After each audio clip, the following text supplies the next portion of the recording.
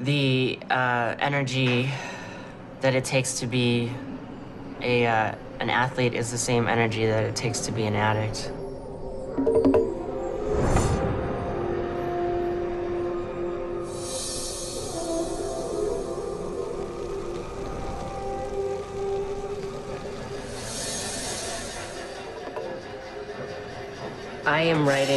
I am almost complete with a book. And it's based on my history as a drug addict. When I was like around 8 or 9, I did my first backflip by myself. I had seen it on television, and I had this intensity, you know, it almost like it came from beneath me. And you could call it a high. I went to the Olympic Training Center twice when I was 11 and when I was 13. You know, I was really, really good.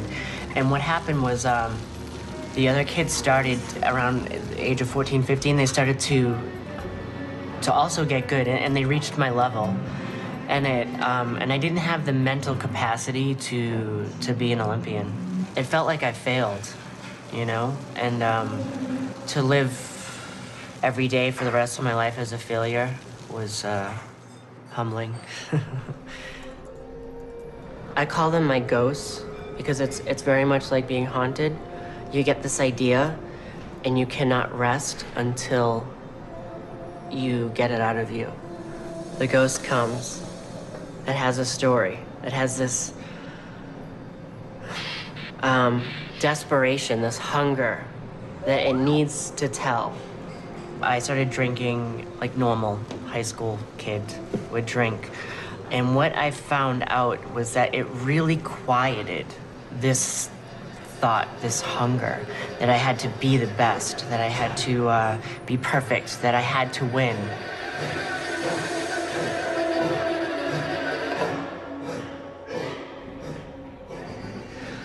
When I was like 9 or 10, I was obsessed with gymnastics. I would come home from school, I would do gymnastics. I would flip up and down the hallway, I would climb the walls, all the time. Like, it's all I thought about. And when I was a drug addict, the same thing. I was obsessed with it. I would wake up in the morning and I would just think about getting high. And then when I got high, I would think about how I was gonna stay high. And then how was I gonna get it the next day? It was so consuming. If I had enough, it was never enough. You know, like, never. On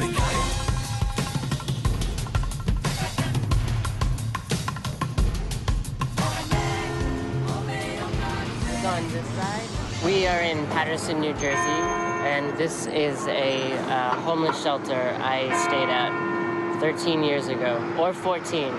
It was when I first realized how bad my problem was. And it's always stayed in my mind. In my sobriety, I still have glimpses of being on these streets. I mean, I remember the pants I wore, big baggy pants and this dirty striped polo shirt. And you know, when you're 19, you kind of think you're cool because you're on the streets and you're rough and tough. And I wasn't any of those things. I was sick and I was sad and I was broken. I was fragile. I had 2 times where I overdosed. I was clinically dead. I remember I felt finished and complete, and now I feel unfinished, if that makes sense. And the way I explain the story is, imagine if God came down and told you you had to rake up every leaf on the planet. And that's a lot of leaves. And you did it. Imagine the feeling of that you're finished. Like, that's what I felt. Like, there was nothing so, like, done. And when I woke up in the hospital, it was horrible because I had these, like, things on me, these suction cup things, and there was blood on my shirt, and I was so, like, I felt like I was pulled out of heaven, you know? It was awful. Like, not that I'm not happy to be alive now, I am, but you have to understand, like, to go from that feeling and to wake up and be alone and still be an addict and still be, like, fuck, man, like this is my reality. Like this isn't what I thought I was gonna be, you know?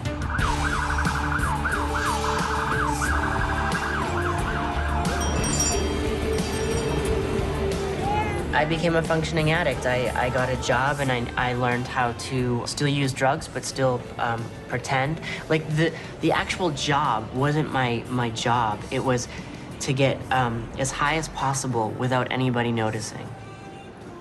Lunchtime was always tough because I had an hour, and I don't know what street we're on, but we were on 43rd. I had an hour and 48th between 10th and 11th. I had to run over there as fast as I can, get it, cook it, shoot it, and make it back to work like I just went on a lunch break.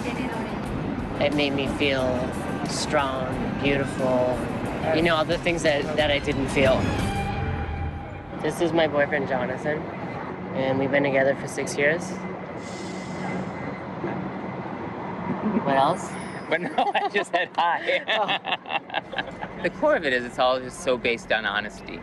And that's kind of exactly what the relationship wasn't before. It was always lying. It was always making up stories. It was always needing something for something, which was heroin. It was always, you know, something that wasn't, you know, being said.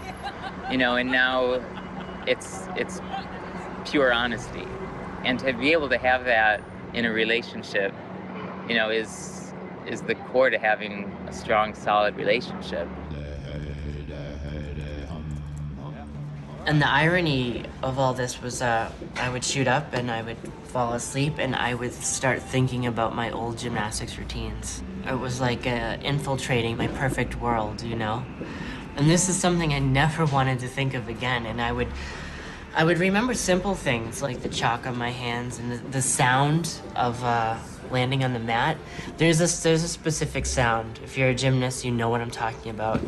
Especially after vault, like when you just land, and it's just like, it's amazing.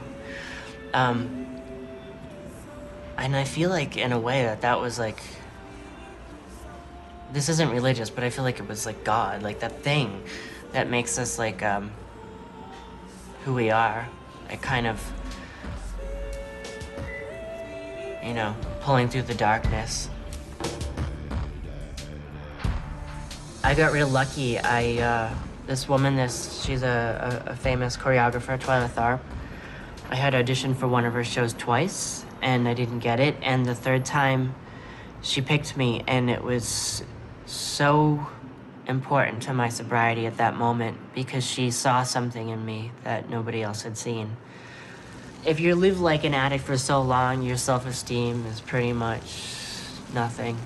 You're spiritually kind of dead. And the fact that she chose me was like, wow, like, you know, are you sure? Me? You know? And then I started working as, it was a Broadway show, and I did that. And then I met Robert, and, you know, the same thing happened. Like, he picked me, and that, too, gave me more of a sense of, maybe Dima, you're not this evil thing, you know? Where's the lamp? If they see something in me, why can't you see it in yourself?